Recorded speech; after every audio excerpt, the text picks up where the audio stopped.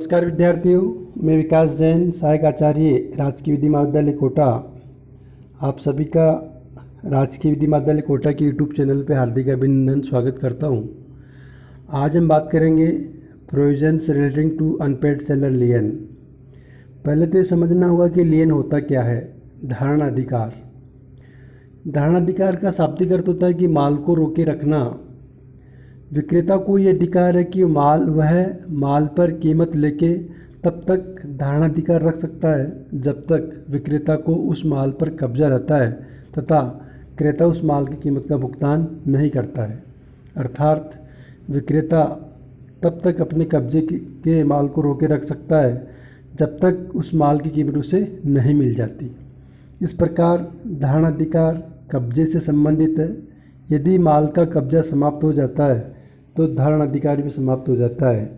Unpaid seller को धारणा अधिकार केवल माल की कीमत लेके प्राप्त होता है, किसी अन्य धन के बकाया के बदले नहीं।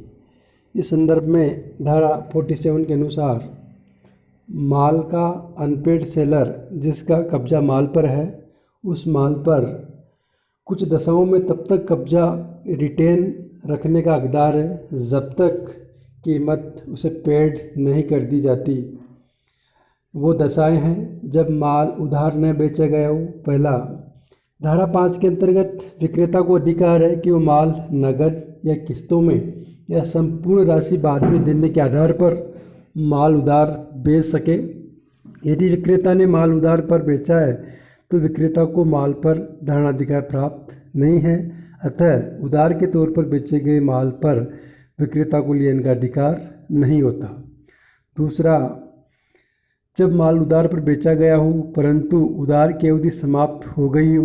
यदि माल उधार पर बेचा गया है तो धारणा अधिकार प्राप्त नहीं है, परंतु यदि उधार की अवधि समाप्त हो गई है एवं माल का कब्जा विक्रेता के पास ही है तो उस माल पर वह प्रतिधारित अर्थात रिटेन कर सकता है।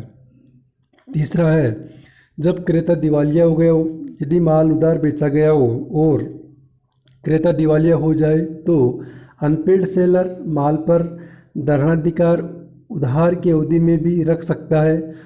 यहाँ दिवालिये का अर्थ धारा 2(8) के अनुसार उस व्यक्ति से है जिसने कारोबार के मामूली अनुक्रम में अपने ऋणों का पेमेंट बंद कर दिया हो या अपने ऋणों को जैसे जैसे वे सौदे होते जाएं संदाय न कर सकता हो, चाहे उसने दिवालियेपन का कोई कार्य किया हो या नहीं।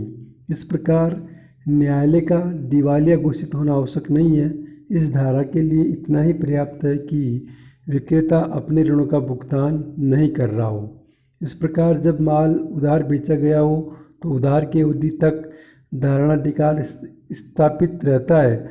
जब उधार की अवधि समाप्त हो जाए और माल विक्रेता के कब्जे में ही हो तो उसका धारणा अधिकार पुनर्जीवित हो जाता है। उधार की अवधि के बीच भी यदि विक्रेता को ये पता चले कि क्रेता दिवालिया है तो वह माल पर धारणा अधिकार का प्रयोग कर सकता है। धारणा अधिकार का विक्रेता का अधिकार अविभाज्य होता है। धारणा अधिकार अविभाज्य अधिकार है। इसका यह अर्थ है कि क्रेता द्वारा आंशिक कीमत चुका देने पर वह आंशिक माल लेने के लिए विक्रेता को बाध्य नहीं कर सकता। विक्रेता धारणा अधिकार के अंतर्गत समस्त विक्रित माल जो उसके कब्जे में है रिटेन करने का अधिकारी है। अतः क्रेता ने माल का भुगतान कर दिया है, फिर भी विक्रेता को उस भाग पर भी धारणा अधिकार है। अतः जब तक समस्त कीमत का भुगतान नहीं हो जाता तब तक उसे समस्त माल को रोकने का अधिकार है, चाहे क्रेता ने अधिकांश कीमत चुका दी हो। धारणा अधिकार का प्रयोग शेष माल पर भी किया जा सकता है यदि विक्रेता ने पार्ट डिलीवरी क्रेता को कर दिया हो। धारा 48 के अनुसार जब अनपेड सेलर ने माल का कुछ भाग क्रेता को दे दिया है तो वह शेष पर धारणा अधिकार का प्रयोग कर सकता है जब तक कि क्रेता ने करार द्वारा धारणा अधिकार का अभित्याग नहीं कर दिया हो। इसके बाद आता है कि टर्मिनेशन ऑफ लियन, धारणा अधिकार की समाप्ति। इसमें 3 कंडीशन है। पहली है जब माल वाहक या अन्य उपनिहिती को दे दिया जाए। यदि माल क्रेता को पारेषित अर्थात क्रेता के पास पहुंचाने के उद्देश्य से किसी वाहक या अन्य उपनीति को डिलीवर कर दिया जाता है तो विक्रेता उस माल पर धारणाधिकार का अधिकार समाप्त हो जाता है। दूसरा, जब माल पर कब्जा क्रेता या उसके अभिकर्ता को सौंप दिया जाए। जब माल पर कब्जा क्रेता या उसके अभिकर्ता को सौंप दिया जाता है तो विक्रेता का धारणाधिकार का अधिकार समाप्त हो जाता है। इस धारा में प्रयुक्त भाषा जब क्रेता या उसका अभिकर्ता माल पर कब्जा विधिपूर्ण प्राप्त कर लेता है तो विक्रेता का धारणाधिकार का अधिकार समाप्त हो जाता है। तीसरा, जब विक्रेता द्वारा धारणाधिकार अभित्यजन कर दिया जाए अर्थात जब खुद विक्रेता ही अपने धारणाधिकार के अधिकार को त्याग दे उस समय भी धारणाधिकार समाप्त हो जाता है। इस तरह हमने देखा कि अनपेड सेलर के माल के प्रति क्या लियन के क्या अधिकार है और किन परिस्थितियों में लियन का अधिकार समाप्त हो जाता है। अतः अब ध्यान रहे कि विक्रेता द्वारा माल की कीमत के लिए डिक्री प्राप्त कर लेने मात्र से विक्रेता माल पर अपना धारणाधिकार नहीं खो देता।